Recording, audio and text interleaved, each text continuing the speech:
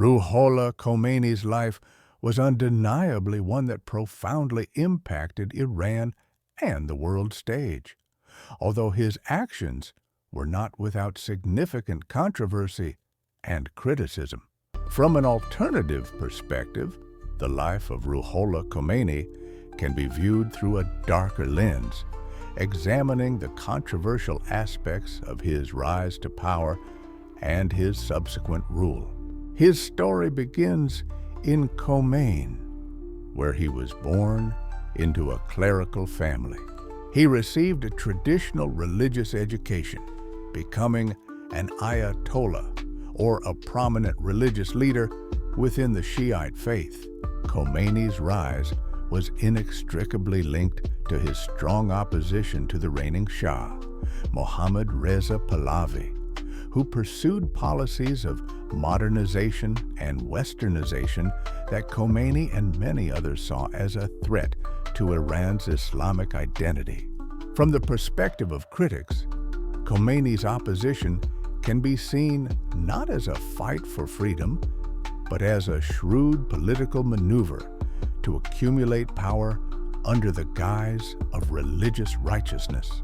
His speeches, often laced with vitriol, attacked the Shah's regime and its ties to the West, particularly the United States and Israel. He utilized recordings of his sermons and a network of mosques and bazaars to rally support, subtly building a revolutionary movement while carefully concealing his true intentions of establishing a theocratic state governed by religious leaders. Exiled from Iran for his continued activism, Khomeini continued to fuel the flames of dissent from afar, first from Iraq and then from France. His exile inadvertently amplified his influence as he gained a global platform and skillfully used the media to galvanize support and portray himself as a champion of Islamic revival and a victim of Western oppression. However, critics argue that during this time, while publicly promising a democratic system, he was secretly developing his concept of velayat-e-faqih, or the guardianship of the Islamic jurist, an ideology that would eventually strip Iran of its democratic aspirations and replace it with a harsh authoritarian rule. Upon his triumphant return to Iran in 1979, Khomeini swiftly began consolidating his power, ruthlessly suppressing anyone who stood in his way.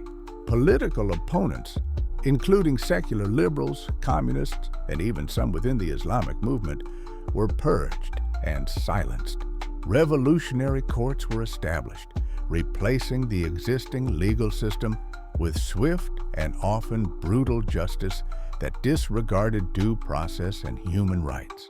Thousands were executed, imprisoned, and tortured under his regime, a period characterized by widespread human rights abuses, documented by organizations such as Amnesty International. Khomeini's reign also saw the imposition of strict social controls, including mandatory veiling for women and the reinstatement of traditional Islamic punishments. His foreign policy was marked by hostility towards the United States. Labeled the Great Satan, he endorsed the 1979 takeover of the U.S. Embassy in Tehran and the taking of American hostages, and he pursued a prolonged and devastating war against Iraq that cost countless lives and crippled the Iranian economy. Even after his death in 1989, Khomeini's influence continued to shape the Iranian government and society.